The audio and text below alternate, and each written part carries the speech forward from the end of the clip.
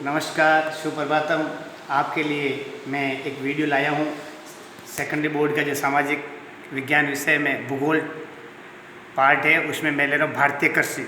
भारतीय कृषि के बारे में बताना चाहता हूँ। यानी भारत गाँव में बसता है, गांव से ही भारत का विकास होता है, यानी भारत का पूरा भरण पोषण गाँव से होता है। तो मैं भारतीय कृषि के बारे में बताना चाहता हूँ। जो भारतीय कृषि की कुल जनसंख्या भारत की है, उसका 54.6% भाग कृषि पर आश्रित है। आपके प्रश्न बन सकता है कि कितनी जनसंख्या का भाग कृषि पर आश्रित है? 54.6%। और जो भारत की जो कुल जीडीपी है, यानी सकल घरेलू उत्पादन बोलते हैं जिस जीडीपी को, उसमें कृषि का कितना योगदान है? 17.4% योगदान। भारत की जो सकल घरेलू उत्पादन आय है, उसके अंदर कृषि का योगदान होता है। कृषि मतलब खेती। भारत के अंदर किसान खेती करके अन्न उपजाता है और पूरी भारतवर्ष की जनता का पेट भरता है। तो उस प्रश्न बन सकता है, भारतीय कृषि में फसलें कितने प्रकार की बताई गई हैं? तो आपको बताना है, भारत में मुख्यतः 3 प्रकार की फसलें बोई जाती है: खरीफ, रबी और जायद। प्रश्न बन सकता है, इन फसलें कौन कौन से महीनों में बोई जाती है और इनकी प्रमुख फसलों के नाम लिखिए। तो हम खरीफ ग्रीष्म ऋतु में जून और जुलाई में बोई जाती है, जिसमें मक्का, बाजरा और गन्ना इत्यादि फसलें बोई जाती है। रबी की फसल शीत ऋतु में अक्टूबर नवंबर में बोई जाती है, जिसमें गेहूँ, चना, जीरा प्रमुख हैं। जायद बसंत ऋतु में बोई जाती है, जो फरवरी और अप्रैल महीने तक बोई जाती है। इसके अंदर फल सब्जियां आती है, जैसे तरबूज, लौकी और खीरा। इस प्रकार ये प्रश्न बन सकता है कि फसलों के प्रकार लिखते हुए उनके 2 उदाहरण भी दीजिए। अब एक अगला प्रश्न बन सकता है उपयोग के आधार पर, यानी उपयोग के आधार पर भारतीय कृषि की फसलें कितने प्रकार की होती हैं? तो आपको लिखना है, उपयोग के आधार पर भारतीय कृषि फसलें 4 प्रकार की होती है। उदाहरण से बताऊंगा। खाद्यान्न फसलों में जो खाने अनाज के रूप में काम आती है, खाद्यान्न के रूप में काम आती है, गेहूँ, मक्का, बाजरा और दालें। व्यवसायिक औद्योगिक फसलें, जिससे हमें पैसे प्राप्त होते हैं, जिससे उद्योग धंधे चलते हैं, जिससे व्यवसाय चलते हैं, यानी मुद्रादायनी फसलें कौन कौन सी हैं? ऐसा 1 नंबर का प्रश्न भी पूछा जा सकता है। जिससे हमें आमदनी प्राप्त होती है, जिसको बेच के हम पैसे प्राप्त कर सकते हैं, उसमें है गन्ना, कपास, तंबाकू, जूट और तिलहन की फसलें। बागानी फसलें, यानी जिनके बड़े बड़े बागान होते हैं, जैसे चाय, कॉफ़ी, रबड़, चिनकोना, गर्म मसाले, ये बागानी फसलों के अंतर्गत आती है। उद्यान फसलें, जिसमें फल और सब्जियां आती हैं, जैसे आम के उद्यान, पपीते के उद्यान, टमाटर की फसलें। इस प्रकार से आपके उद्योग के आधार पर प्रमुख 4 प्रकार की फसलें होती हैं। अब आपके बड़ा बोर्ड में प्रश्न बन सकता है कि भारतीय खाद्यान्न फसलों के नाम लिखते हुए किसी एक फसल का विस्तृत रूप से वर्णन कीजिए। तो उसमें मैं आपको भारत की प्रमुख खाद्यान्न फसलों के बारे में बताऊंगा कि फसलों में कौन सी भूमि होनी चाहिए, कितना तापमान होना चाहिए, मिट्टी कैसी होनी चाहिए, कितनी बरसात होनी चाहिए, भारत के कौन कौन से क्षेत्रों में वो फसल बोई जाती है। तो सबसे पहले हम लेंगे गेहूँ। गेहूँ भारत की प्रमुख रबी की फसल है।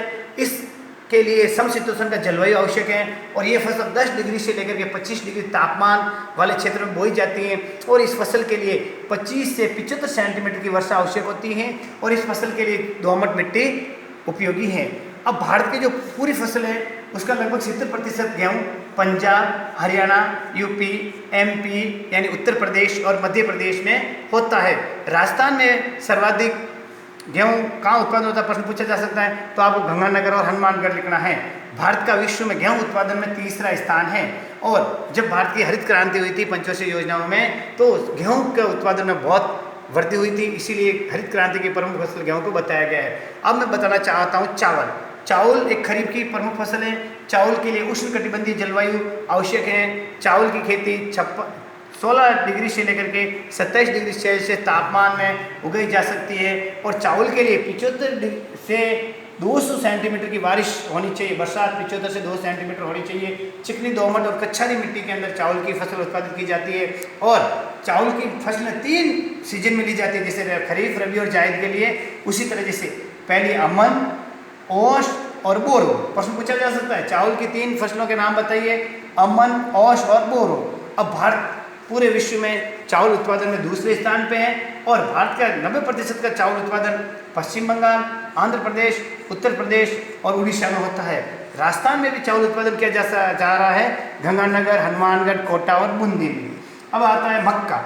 मक्का खाद्यान्न फसल भी है और औद्योगिक फसल भी है। इसे विभिन्न प्रकार की दवाइयों में, उद्योगों में काम में लिया जाता है। ये खरीफ की प्रमुख फसल है और ये 12 डिग्री से लेकर 35 डिग्री सेल्सियस तापमान व 50 से लेकर के 100 सेंटीमीटर बरसात वाले क्षेत्र में ये फसल उत्पादन की जाती है। और N2 यानी जो नाइट्रोजन युक्त है गहरी मिट्टी जो पानी को सोख सकती है वो इसके लिए उपयोगी होती है।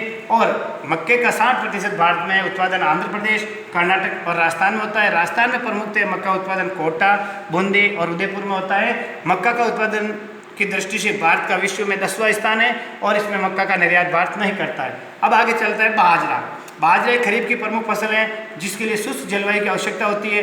25 डिग्री से लेकर 35 डिग्री सेल्सियस तापमान आवश्यक है और 40 से लेकर 60 सेंटीमीटर बरसात इसके लिए। हल्की मिट्टी जो पानी को कम सोखे यानी पानी बिल्कुल चला जाता है तो भी हल्की मिट्टी होती है। बालू मिट्टी भी हो सकती है, बलुई मिट्टी भी होती है, रेतीली मिट्टी में भी यह अच्छा उत्पादित हो सकता है। और पूरे भारत का जो 42% है वो राजस्थान में होता है, 20% महाराष्ट्र और गुजरात में होता है। राजस्थान में मक्का अपन बाजरा उत्पादन में जोधपुर, बाड़मेर, जैसलमेर और बीकानेर है। मक्का के बाद में हम बाजरा पढ़ रहे हैं। बाजरे का पूरे विश्व में सबसे सर्वाधिक उत्पादन भारत में होता है। भारत विश्व में बाजरे उत्पादन में प्रथम स्थान रखता है। इस तरह मैंने आपको बताया गेहूं, चावल, मक्का और बाजरा। प्रश्न आ सकता है किसी के एक खाद्यान्न फसलों का विस्तृत वर्णन कीजिए, तो उसमें आपको उसके फसल के कौन से प्रकार में किस सीजन में बोई जाती है, कितना तापमान चाहिए, कितनी वर्षा होनी चाहिए, कौन सी मिट्टी है, क्षेत्र किस किस क्षेत्र में बोया जाता है भारत में और राजस्थान में, इस प्रकार आपको पूरा वर्णन करके उन प्रश्नों का उत्तर देना है। नमस्कार साथियों।